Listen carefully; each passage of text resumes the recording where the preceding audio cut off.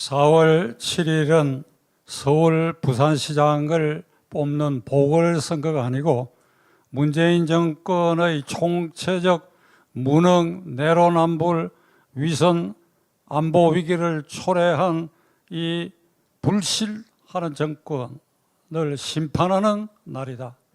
따라서 우리는 모두 힘을 합쳐서 가장 효과적이고 무서운 불벼락을 내려야 한다는 데 대해서 노심초사해 오신 여러분, 그리고 특별히 해외에 계신 동포 여러분, 4월 7일 서울 부산시장 보궐선거는 분명히 민심의 승리입니다. 민심의 불벼락을 이 정권에 내린 것입니다. 민심의 승리의 주인공은, 그 민심의 주인공은 결국 국민인 여러분과 저희들입니다. 그래서 이 선거의 승리는 곧 국민의 승리입니다. 문재인 정권은 2017년 5월 10일 취임사에서부터 자기 정권은 촛불혁명 정권이라고 하는 것을 내세우고 그것을 언제나 선전선동의 도구로 써왔습니다. 촛불혁명의 정신을 이어받아 지금 사회자가 말씀하신 대로 검찰개혁하고, 검찰개혁은 정권을 향한 수사를 못하게 하는 것이고, 촛불혁명 정신을 받아 검찰을 해체하고 그 혁명 정신으로 검찰총장을 쫓아내고, 거기에 고비고비마다 촛불혁명을 들매가지고 모든 것을 정당화하려고 했는데, 이번 4월 7일은 이 촛불혁명을 투표혁명이 제압한 날입니다. 투표혁명이 제압해버렸어요. 이 시간 이후에 4월 7일 개표 끝났으니까 4월 8일 이후에 문재인의 입이나 이 정권 실세들의 입에서 절대로 촛불혁명이라는 말은 사용하지 못하게 됐습니다. 투표혁명으로 이를 완전히 제압했습니다. 투표혁명의 주인공이 누굽니까? 국민인 여러분과 저입니다. 그래서 이 승리는 투표혁명의 승리, 곧 국민의 승리입니다. 자, 모든 면에서 완벽한 국민의 승리를 이끌어냈습니다. 앞에 스님 말씀대로 이것은 특정한 누구누구의 승리나 특정한 야당의 승리가 아니고 국민 모두의 승리다 하는 것을 우리는 다시 한번 확인할 수 있습니다. 자, 사정이 이러한데도 문재인 대통령은 장막 뒤에 숨어서 4월 7일 이후 오늘 1월 토요일 아침까지 그 모습을 나타내지 않고 있습니다. 대변인을 시켜서 한 줄짜리 성명을 발표했습니다. 한 줄짜리. 국민의 엄중한 질책을 받아들인다. 코로나 극복, 민생 안정, 부동산 부패 척결에 모든 노력 기울이겠다. 여러분, 이게 망발이라고 저는 생각합니다. 이 빈 껍데기, 문재인 대통령은 당연히 이 국면에서 석고대죄를 해야 합니다. 석고대죄를 해야 합니다.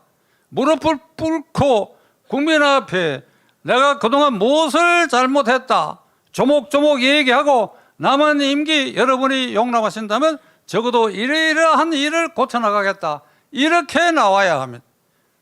막장 뒤에 숨어서 대변인 시켜가지고 한 줄짜리 질책을 엄중히 받아들인다, 무슨 코로나, 민생, 부동산 부패 척결에 올인하겠다, 우리가 듣고 싶고 보고 싶은 모습이 이것이 절대로 아닙니다.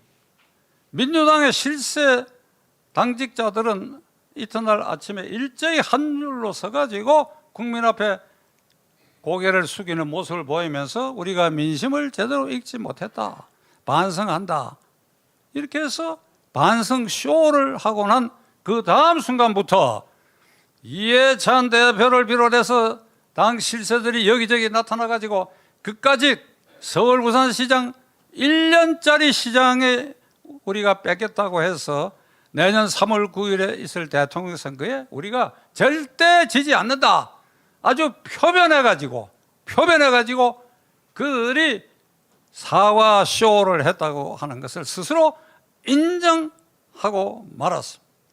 1년 뒤에는 언제든지 얼마든지 반드시 우리가 정권을 재창출할 수 있다.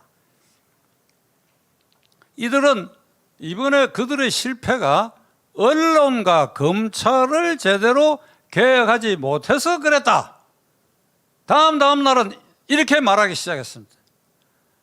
선거 개표 다음 첫날은 문재인 대통령이 장막 뒤에 숨어서 엉뚱한 소리를 했고, 그리고 민주당 당직자와 실세들은 고개를 숙이는 신용만 하고, 그리고 즉시 고개를 쳐들고 내년 대통령 선거는 이길 수 있다.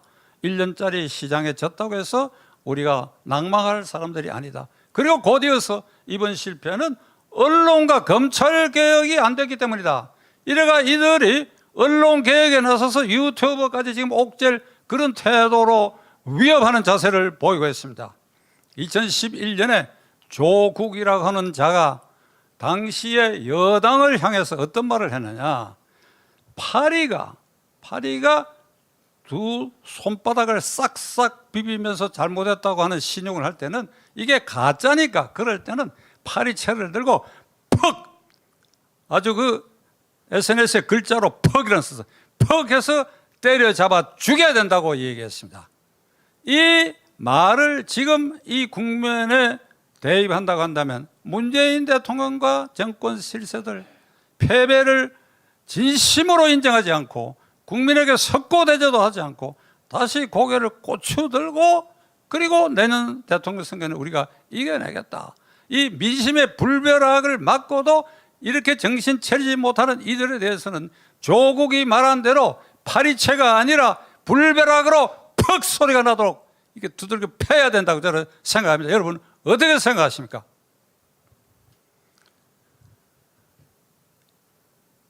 개표가 끝나고 다음 날, 그래서 4월 7일 다음 4월 8일, 4월 9일 날 민주당 출신 박병석 국회의장은 이원 집정제 개헌을 논의할 때다. 개헌론을 짚기 시작했습니다. 이원 집정제 개헌이라고 하는 것은 대통령은 외교 안보권만 맡고 내정에 관한 일체 권력은 국회에서 뽑는 국무총리에게 맡기는 제도입니다. 그러니까 일종의 내각제가 약간은 변경된 겁니다. 대통령은 형식상 국가 원수로서 국민이 직접 뽑지만은 말하자면 그건 허수아비 대통령이고 알짜배기 국무총리는 국회에서 뽑는 것입니다. 문제는 이것이 문재인 대통령이 내년에 퇴임하면서 그 대통령 자신과 가족과 그리고 정권 실세들이 안전하게 물러선 이후에도 사법 처리를 당하지 않고 안전을 도모하는 그 퇴로를 열어주기 위한 구조 개혁이 바로 이 이원 집정제 채택입니다.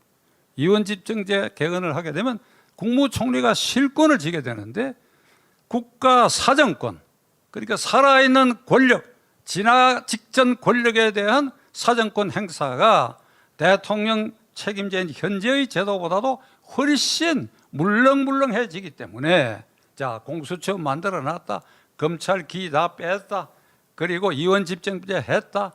그리고 어저께 서울중앙지검이 작년 1월에 13명의 울산시장 부정선거 사건을 기소하고 난 다음에 지금 1년 2개월 만에 추가로 청와대 국정상황실장 이진석이라는 자를 추가 기소하고 그 위에 당시의 비서실장 그리고 이광철 비서관, 물론 나아가 대통령 요까지는 선을 끊고 이 사람들은 무혐의 처분을 했습니다.